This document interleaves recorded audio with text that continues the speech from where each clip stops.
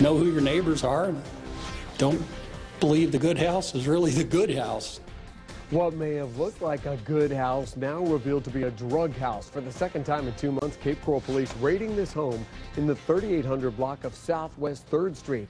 The first bust back in April leading to the arrest of this man, Lorenzo Marquez. And just yesterday, he was arrested again, this time along with his girlfriend, Marlene Barrios, for allegedly trafficking heroin. Detectives say they found 70 grams of it, along with morphine, cash, and guns. Thanks for joining us tonight. I'm Patrick Nolan. 404's Kelly Stegeman live at Cape Coral Police Headquarters, where she's been uncovering a troubling trend in Southwest Florida. Patrick, Kelly? here at the Cape Coral Police Department, investigators are seeing more cases dealing with heroin. And you may be as surprised as I was when I found out that the likely reason could be because of a crackdown statewide on another drug. Now, residents in Cape Coral near the latest bust are seeing the effects of that firsthand.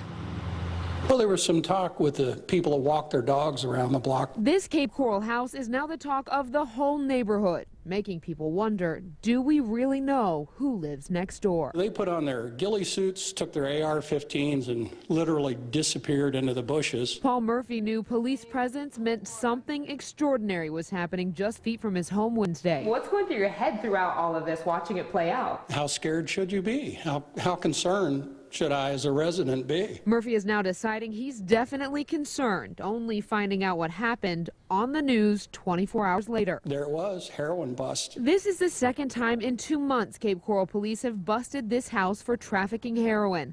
And that may not be the worst part. You have the children right there where they are cutting the heroin, packaging the heroin for sale. Cape Coral Police Sergeant Dana Costin says this takedown may not be the biggest seen in Southwest Florida, but with almost 50 grams of heroin seized, it's going to make a dent. That is a quantity sufficient to make a difference in the local price of heroin on the streets. Heroin is a market that's growing. Typically, it hasn't been as common, but once the state started cracking down on pill mills, that's when those looking for opiates turned to a darker source. So we're starting to see fewer cases of pill abuse and more cases of heroin abuse. Murphy says these accused crooks actually beautified what was once a rundown house, but looks can be deceiving. Well, I guess I'd take the rundown guys that don't sell heroin.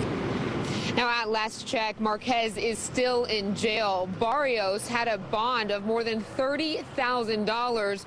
She bonded out today. Now, as for the couple's baby, DCF is now involved. Reporting live in Cape Coral tonight, Kelly Stegeman, Fox 4 in your corner.